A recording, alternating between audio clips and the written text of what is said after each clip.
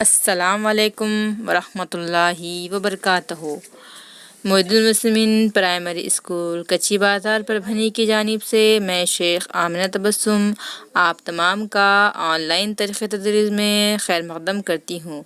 آج ہم جماعت ششم اس کے تاریخ اس مضمون کے تحت سبق نمبر 3 ہڑپہ کی تہذیب کے بارے میں اس ویڈیو میں معلومات حاصل کریں گے۔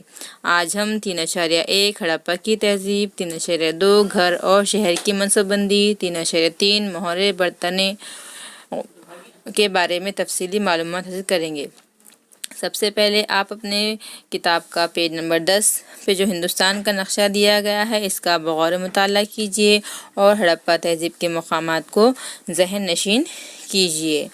ہڑپہ تہذیب پنجاب اور دریائے راوی کے کنارے پر ہڑپہ کے مقام پر 1921 میں پہلی مرتبہ ریلوے لائن کا کھدائی کا کام کیا گیا تھا اور اس دوران ہڑپہ کی تہذیب کا علم ہوا، اسی لیے اسے ہڑپہ تہذیب بھی کہتے ہیں۔ اس تہذیب کو سندھ تہذیب کے نام سے بھی جانا جاتا ہے۔ ہڑپہ کے جنوب میں تقریباً 650 کلومیٹر کے فاصلے پر دریائے سندھ کی وادی میں موہنجو داڑو کے مقام پر کھدائی کی گئی۔ ہڑپہ اور موہنجو داڑو کے مقامات پر کھدائی میں اشیاء اور تعمیرات کے جو باقیات حاصل ہوئے ہیں ان میں بہت یکسانیت ہے، بہت مشابہت ہے۔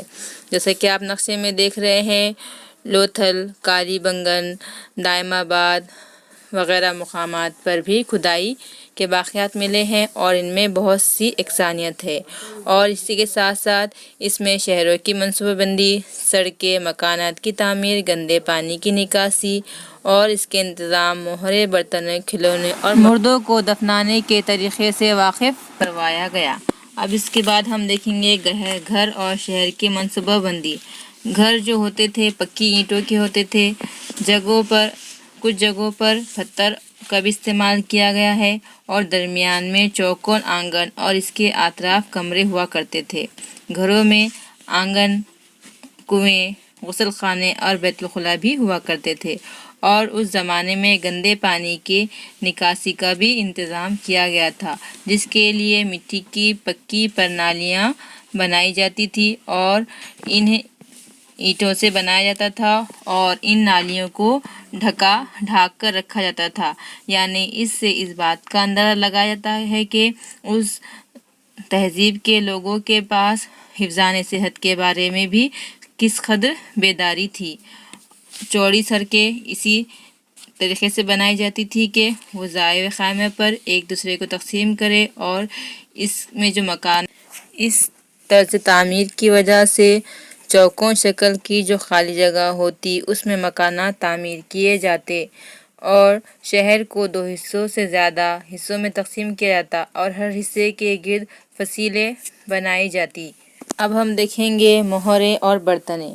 ہڑپہ تہذیب کی مہریں بالخصوص مربع نما اسٹالاکٹائٹ نامی پتھر سے بنائی جاتی تھی، جیسا کہ آپ اس تصویر میں دیکھ رہے ہیں، اور اس پر مختلف جانوروں کی شکلیں، بیل، بھینس، ہاتھی، گینڈا اور شیر جیسے حقیقی جانوروں کی تصویر ہوتی تھی، اور ایک سینگ والا خیالی جانور بھی دکھایا گیا ہے۔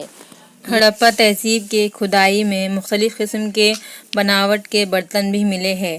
ان میں لال رنگ کی سطح پر کالے رنگ کے نقش و نگار بنائے ہوئے برتن ملے ہیں اور ان پر مچھلی کے سفنوں اور ایک دوسرے میں پھنسے ہوئے دائرے، پیپل کے پتوں جیسے ڈیزائن اس پر نقش کیے گئے تھے۔ ہڑپہ تہذیب کے لوگ مرے ہوئے شخص کو دفناتے وقت اس کے لاش کے پاس مٹی کے برتن بھی رکھتے تھے۔ اب ہم دیکھیں گے ہڑپہ تہذیب کے بڑا غسل خانے کے بارے میں معلومات حاصل کریں گے۔ موہنجو داڑو میں ایک وسیع عریض غسل خانہ دریافت ہوا ہے۔